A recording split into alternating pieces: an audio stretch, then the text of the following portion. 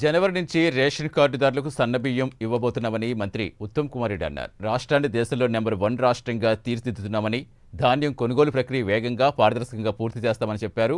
150 లక్షల మెట్రిక్ టన్నుల వరి ధాన్యం ఈసారి మార్కెట్కు రాబోతుందని చెప్పారు.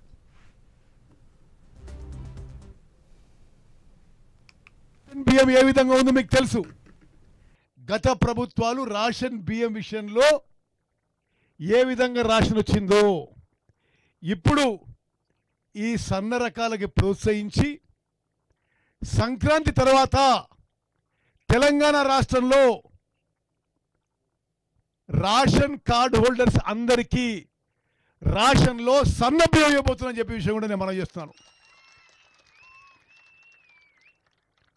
అదేవిధంగా అక్కలు చెల్లెళ్ళు మీ అందరికీ తెలుసు, గ్యాస్ సిలిండర్ ఇప్పుడు మనం 500 రూపాయలకి ఇస్తున్నాం. అదేవిధంగా అక్కలు చెల్లెళ్ళు మీ అందరికీ తెలుసు, మా ప్రభుత్వం ఆర్టీసీ బస్సుల్లో ఉచిత ప్రయాణం చేసింది. మీ కుటుంబంలో ఎవరు అనారోగ్యం కారణమైతే హాస్పిటల్ పాలైతే 10 లక్షల రూపాయల వరకు కూడా పూర్తిగా ట్రీట్మెంట్ ఉచితంగా ఉంటుంది. 18,000 కోట్ల రూపాయలు అనతి కాలంలో, చాలా తక్కువ కాలంలో బట్టి విక్రమార్క గారి సమర్థవంతమైన నాయకత్వంలో రైతు రుణమాఫీ చేసిన విషయం కూడా నేను మనవి చేస్తున్నాను.